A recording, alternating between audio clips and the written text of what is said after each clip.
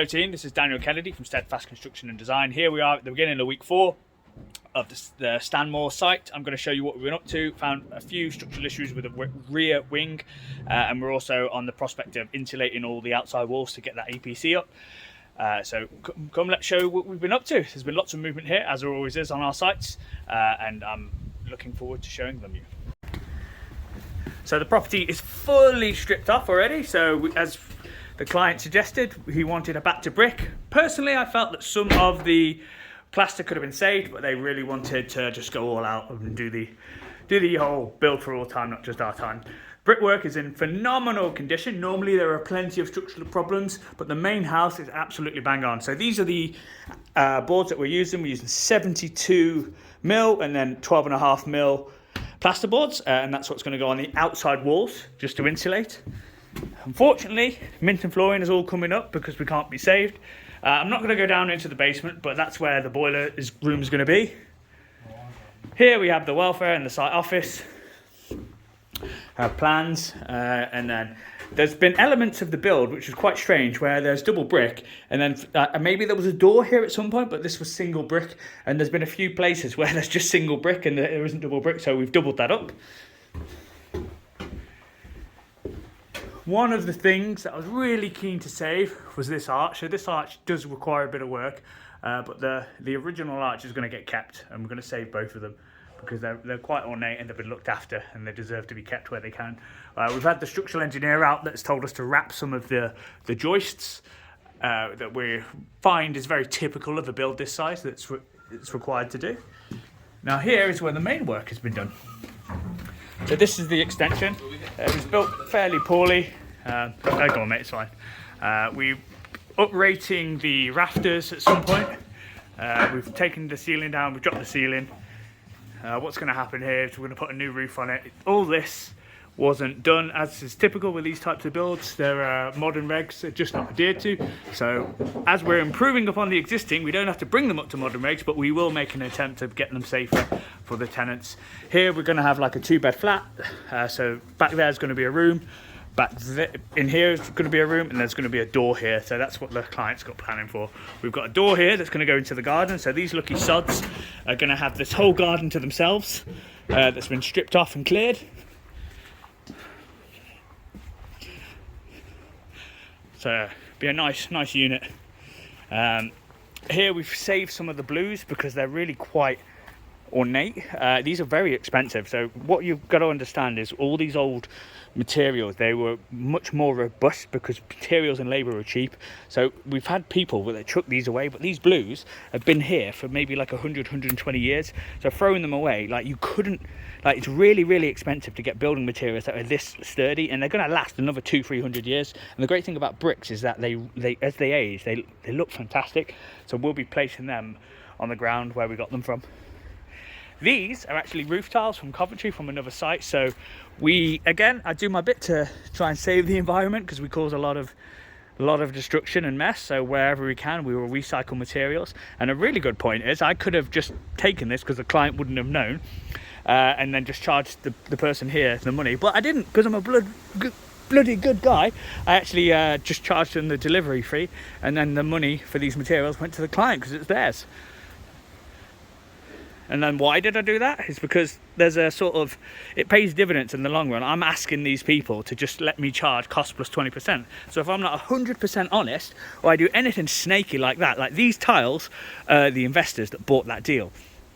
So that's absolutely their money. Even though I've seen the ability to sell them and facilitated it all, it's still their money, because it's got to be win-win, right? If I'm just like, oh, I should take that money because I recognised it, they're going to feel bad about letting me do cost plus 20%. And then it makes my life infinitely better if they have complete trust that they are getting the maximum value, because then I don't have any risk that's involved. So here, you can see again, all this was single brick, which was really bizarre. So we've doubled that up. We're going to re-render it. We're putting a flat roof on. You can see the rear here. This rear roof is all going to get redone.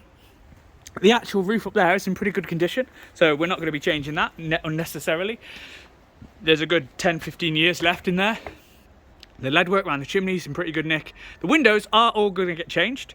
They're on order and will be done subsequently. Here we are in the inside of the rear extension. This is going to be a room. Bathroom's going to be here. And then there's going to be like a wall there. That'll be the kitchen. And then you can see the roof is in really poor repair. So you can see that, like, if you look at the state of that purlin.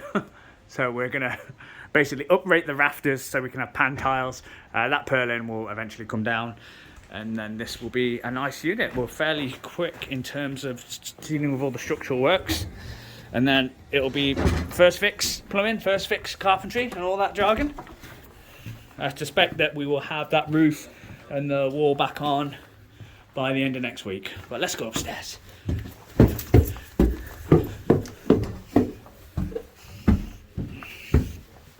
So here we have what we're going to have is the washing machine and dryer room.